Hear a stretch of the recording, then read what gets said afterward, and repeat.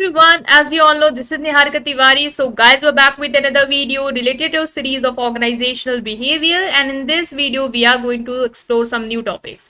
Right? इससे पहले वाले पार्ट अगर आपने नहीं देखे हैं तो चैनल के प्लेलिस्ट में जाके उसे जरूर चेकआउट करें.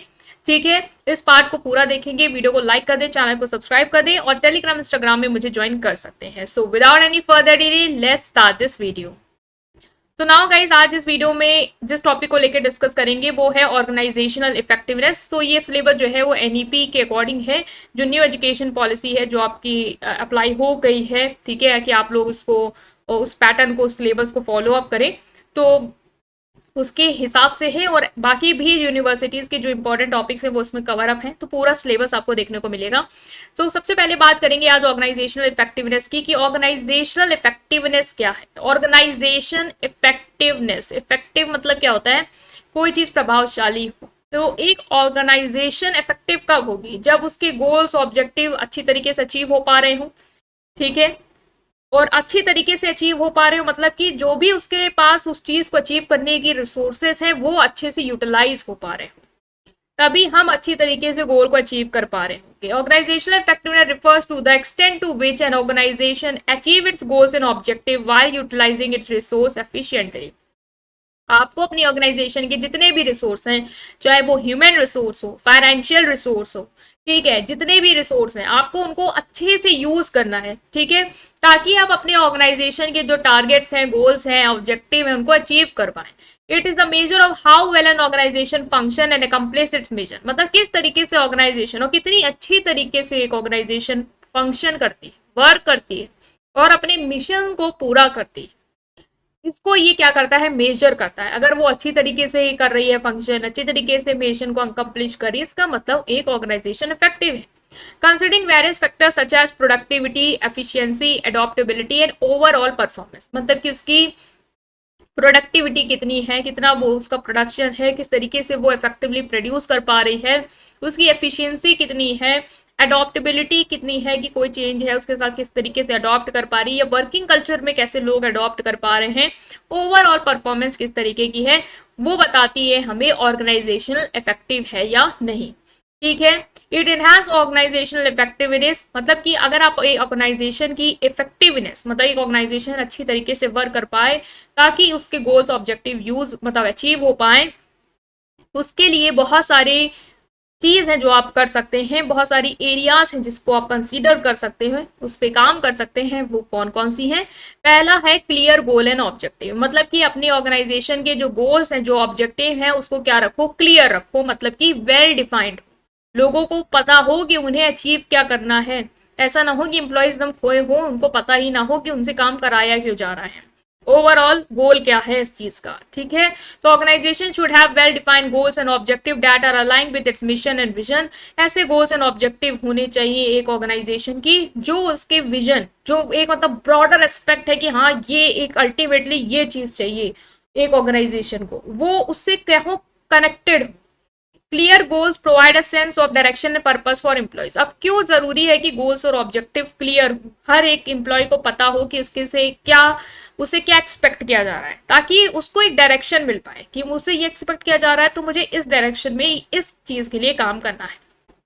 ठीक है, और जब आप एक किसी ऑब्जेक्टिव के लिए, गोल के लिए वर्क करते हैं, तब क्या होता है, आप अपना बेस्ट दे पाते हैं. अगर आपको अपना टारगेट नहीं दिख रहा है, आपको गोल ही नहीं पता है, तो आप को समझ में नहीं आएगा, ना ही आपको मोटिवेशन मिलेगा उस चीज को अचीव करने के लिए. ठीक है, तो अगर गोल्स एंड ऑब्जेक्टिव क्लियर हैं तो आपके ऑर्गेनाइजेशन में लोग अच्छे से काम करेंगे, और अच्छे से काम कर रहे हैं इसका मतलब गोल्स और ऑब्जेक्टिव अच्छे से अचीव हो पा रहा है, तो ऑर्गेनाइजेशन इफेक्टिव है. Next is strategic planning. आपको प्लानिंग पे भी वर्क करना है. ठीक है, अगर ये ऑर्गेनाइजेशन अपनी प्लानिंग पे वर्क नहीं करती है तो भी वो इफेक्टिव नहीं होगी.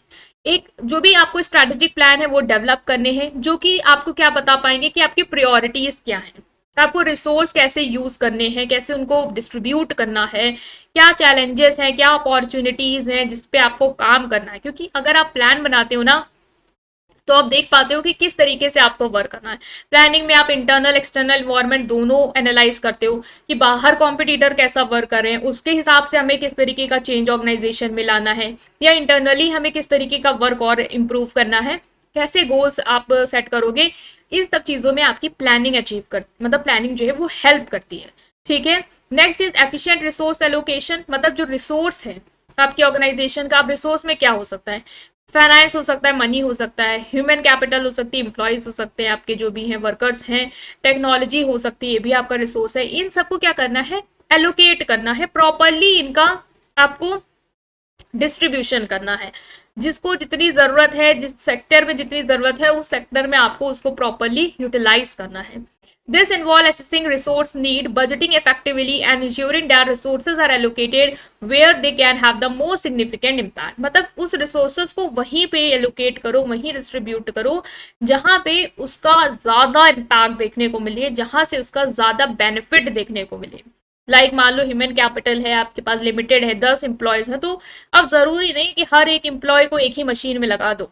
ठीक है, सारे एम्प्लॉयज को एक ही मशीन में लगा दो। अब आपको पूरी तरीके से सोचना है कि हम एक वर्कर से मल्टीटास्किंग करा के कैसे अपना फायदा निकाल सकते हैं।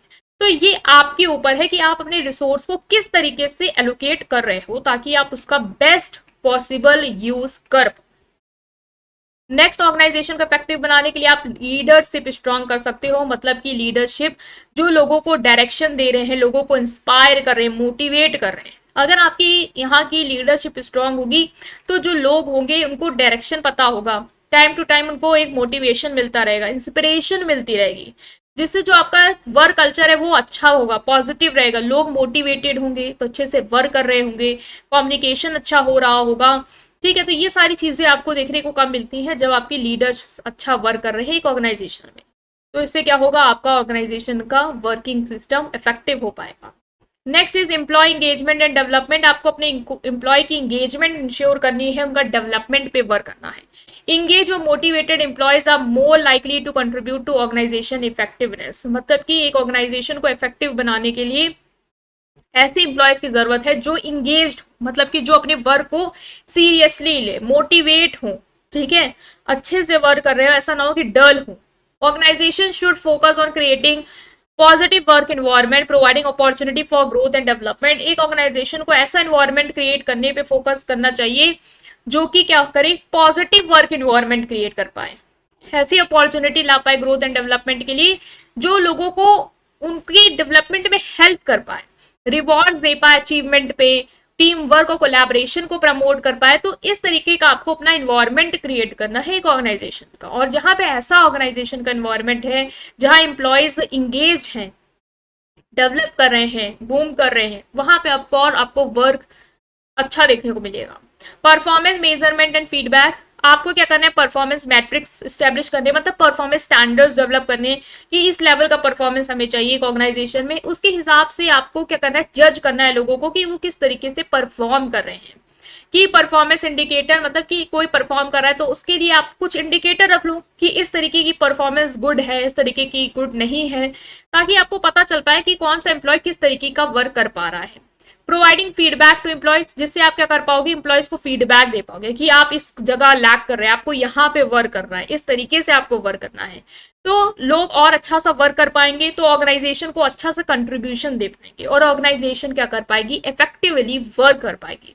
Organisation can identify areas for improvement, addressing challenges and celebrate success. ठीक है, लास्ट इज इफेक्टिव कम्युनिकेशन, कि आपको कम्युनिकेशन भी इफेक्टिव बनाना है। ऑफ कोर्स एक ऑर्गेनाइजेशन इफेक्टिव कब है, जब वहां के लोग अच्छे से वर्क कर रहे हो, अच्छा परफॉर्म कर रहे हो, गोल्स को अचीव करने में हेल्प कर पा रहे हो, और इसके लिए उनको लिए क्या जरूरी है कि वो बातचीत कर पाए, कम्युनिकेट कर पाए, ओपन और ट्रांसपेरेंट कम्युनिकेशन हो, इंफॉर्मेशन फ्लो कर पाए फ्रीली, मतलब जिसको जब जहां जरूरत हो कुछ इंफॉर्मेशन की या बताने की या सुनने की, वो वहां पे फैसिलिटेशन हो पाए। ठीक है, इससे क्या होगा, लोग कोलैबोरेट कर पाएंगे, टीम में वर्क कर पाएंगे। अगर कम्युनिकेशन होगा तभी उनके अंदर बॉन्ड बन पाएगा, वो कोलैबोरेट कर पाएंगे, वो ट्रस्ट ला पाएंगे एक दूसरे के बीच में, अंडरस्टैंडिंग भी कम्युनिकेशन से डेवलप हो पाएगी एम्प्लॉयज में, और ओवरऑल इफेक्टिवली वर्क कर पाएंगे। तो ये क्या है, एक इफेक्टिव ऑर्गेनाइजेशन में कंट्रीब्यूशन करेगा।